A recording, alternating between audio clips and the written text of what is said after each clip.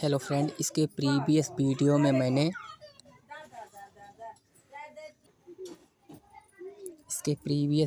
मैंने बेटा question number 2 का 1 और 1 और 2 खंड करवा दिया कंप्लीट। तीसरा खंड करवाना है। तीसरे खंड में क्या दिया, साइन 2a बराबर 2 साइन a तब सत्य होता है कि जबकि a बराबर है, मतलब a का मान हम 0 रखेंगे। अगर दोनों पक्ष बराबर आ जाता है तो मान लो ये विकल्प सही है।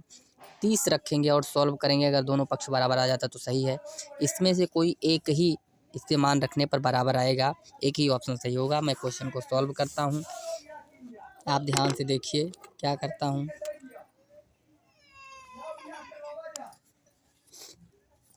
साइन 2a है तो पहला मान हमको दिया था कितना, पहला मान दिया है 0। पहला मान 0 फिर 30, वही से पहला ही ऑप्शन सही हो जाएगा आपका। सारे को ट्रेस करने की आवश्यकता नहीं है। साइन 2a बराबर 0 ले लिया, इधर भी वही काम करेंगे। साइन a बराबर 0 अंश, साइन 2 शून्यम शून्य, यह शून्य हो जाएगा। साइन 0 और इधर आपका हो जाएगा 2, और साइन 0 का मान होता है 0, और साइन 0 का मान इधर भी 0 और 2 शून्यम शून्य। इस प्रकार से दोनों पक्ष बराबर आ गया, LHS बराबर RHS। तो ऑप्शन आपका पहला सत्य हो जाएगा, और कोई भी मान आप रख के देखेंगे बराबर नहीं आएगा। क्वेश्चन नंबर हम आपको अब चौथा खंड करा रहे हैं। चौथे खंड में क्या करना है, ये आपको क्वेश्चन दिया हुआ है, इस पे हम मान रख करके tan 30 का मान रखेंगे और सॉल्व करेंगे। अगर जो भी आंसर आएगा उसको हम टिक कर देंगे। 4 ऑप्शन में से कोई एक ही ऑप्शन मेरा सही होगा। मेरा क्वेश्चन क्या है, 2 tan 30 अब बट्टे में हो जाएगा 1 माइनस tan स्क्वायर 30 अंश। हम मान रखना सॉल्व शुरू करते हैं। यह आपका है चौथा नंबर। 2 tan 30 का मान होता है 1/√3, 1 माइनस tan 30 का भी मान 1/√3 होता है। स्क्वायर लगा है तो हमने स्क्वायर लगा दिया। 2 1 कम 2, और बच्चे में कुछ नहीं आपको समझ में आता तो बट्टे में 1 लगा दो। हर का हर में गुणा, अंश का अंश में। 2 1 कम 2, √3 1 कम √3, ये हो गया आपका। और इसका जब वर्ग करेंगे तो 1 का स्क्वायर 1 होगा, और √3 का स्क्वायर, तो स्क्वायर से रूट कट जाएगा, 3 हो जाएगा। हम क्या करेंगे बेटा, यह आपका रहेगा 2/√3, या आप सॉल्व कर सकते हो। 3 1 कम 3, 3 1 कम 3, और 3 में से 1 जाएगा तो क्या बचेगा 2, 2/3। हम क्या करेंगे अब, इसको मैं यहाँ पे सॉल्व कर देता हूँ। अब पहला भिन्न हमारा ऐसे ही रहेगा, और ये नीचे वाला क्या होगा, पलट जाएगा। तो 2/3 है तो हो जाएगा 2/3, 3/2, तो 2 से 2 कैंसिल।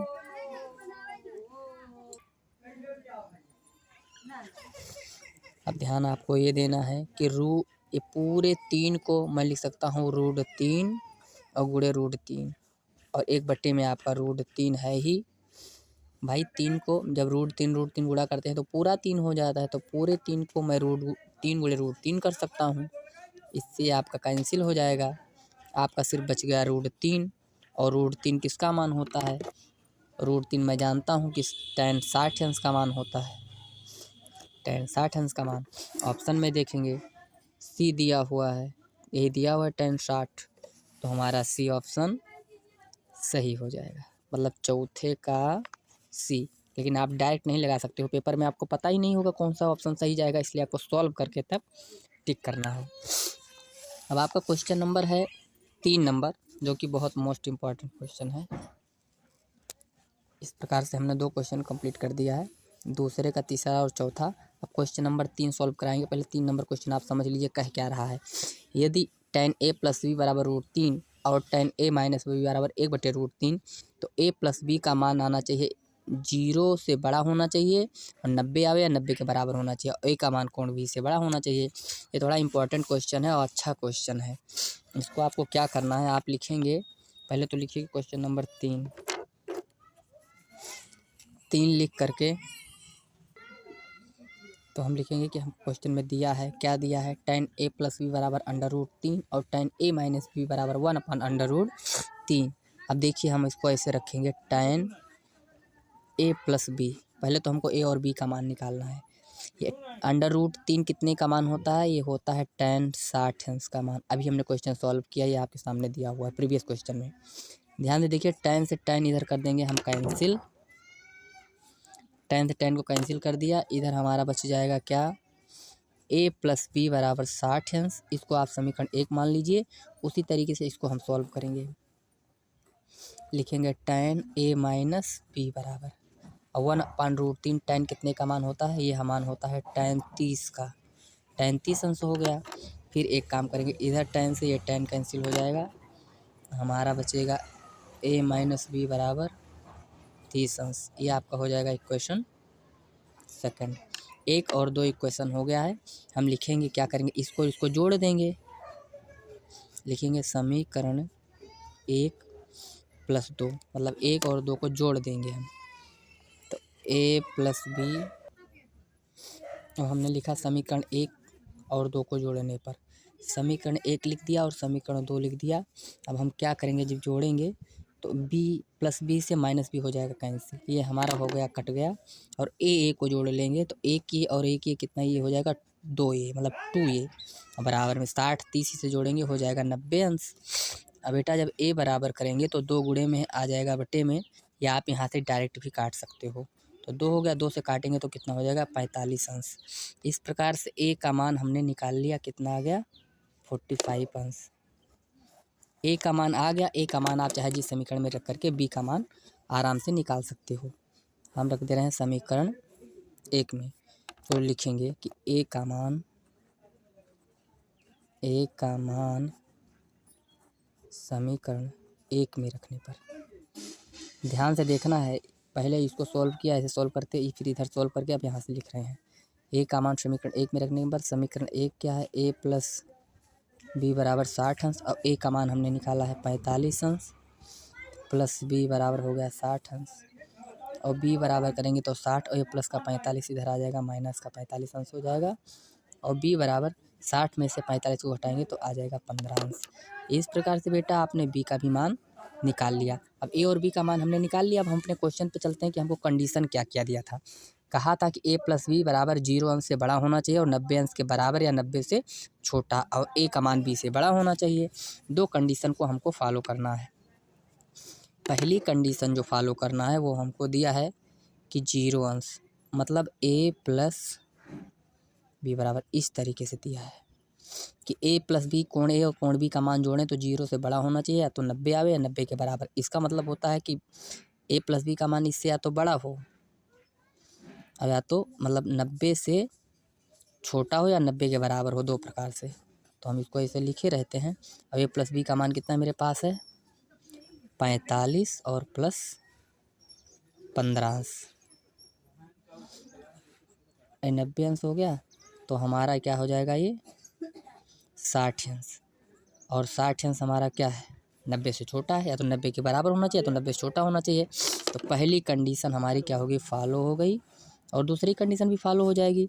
दूसरी कंडीशन में हमको क्या करना है, कहा a का मान b से बड़ा होना चाहिए, तो ये भी हमारी बात सही है। कोण a का मान कोण b से बड़ा होना चाहिए, तो कोण a का मान हमारे पास आया है 60, और b का मान आया है, a का मान आया है 45, और b का मान कितना आया है 15। तो ये भी कंडीशन हमारी दूसरी भी फॉलो हो गई, क्योंकि 45 15 से बड़ा है। इस प्रकार से आपका क्वेश्चन नंबर 3 भी हमने कंप्लीट कर दिया। इस तरीके से आप स्क्रीनशॉट लेना चाहें तो ले सकते हैं। धन्यवाद। हम आपको क्वेश्चन नंबर 4 इसी में कंप्लीट करा देते हैं। देखिए दिया हुआ है, सत्य सत्य लगाना है। कहा है sin a + b बराबर sin a + sin b, मतलब इधर सॉल्व करें उधर सॉल्व करें, दोनों पक्ष बराबर आ जाए तो ये मान लो सही है, और नहीं आता है तो असत्य है, मतलब सत्य और सत्य बताना है। यहाँ पे हमने a का मान 30 ले लिया, b का मान 60 ले लिया, sin a + b, और इस पर हम रख के देख रहे हैं। a का मान 30, b का मान 60, यहाँ पे sin 30 + sin 60, इसको साथ में जोड़ करके देख रहे हैं। sin 60 और 30 हो गया sin 90, और sin 30 का मान 1/2 और प्लस sin 60 का मान रख दिया √3/2। इस प्रकार से रखा, देखो दोनों पक्ष सॉल्व किए, बराबर नहीं आया। इसका मतलब ये हमारा जो दिया हुआ है ये आपका क्या हो जाएगा, ये हो जाएगा असत्य, यह आपका असत्य हो जाएगा। और दूसरा नंबर हमारा देखो, कहा है थीटा में वृद्धि होने पर साइन थीटा के मान में भी वृद्धि होती है, यह सत्य है। क्यों, क्योंकि साइन 0 अंश से मान शुरू होता है, साइन 90 पे साइन 90 का मान 1 होता है और 0 का मान 0, तो यानी निरंतर वृद्धि होकर के तभी तो 0 से 1 हो जाता है, तो ये भी सत्य हो जाएगा। और कहा थीटा में वृद्धि होने के साथ कॉस थीटा के मान में भी वृद्धि होती है, या असत्य है। क्यों? क्योंकि साइन 0 का मान होता है 1 और साइन 90 का मान होता है 0। थीटा का मान जब बढ़ता है तो कॉस का मान घटता है, इसका उल्टा होता है। कहा है थीटा के सभी मानों पर साइन थीटा बराबर कॉस थीटा ये बराबर होता ही नहीं। साइन 30 का मान जो होता है वो कॉस 60 का मान होता है, तो कहाँ से बराबर हो जाएगा? साइन 30 का मान 1/2 होता है और कॉस 30 का मान √3/2 होता है, तो ये भी आपका क्या हो जाएगा? असत्य। ए बराबर 0 पर काटिए परिभाषित नहीं है, इसका मतलब ये सत्य बता रहा है, परिभाषित नहीं है, इसका मतलब अपरिभाषित। और काट 0 का मान अपरिभाषित होता है, इस प्रकार से यह सत्य बता रहा है।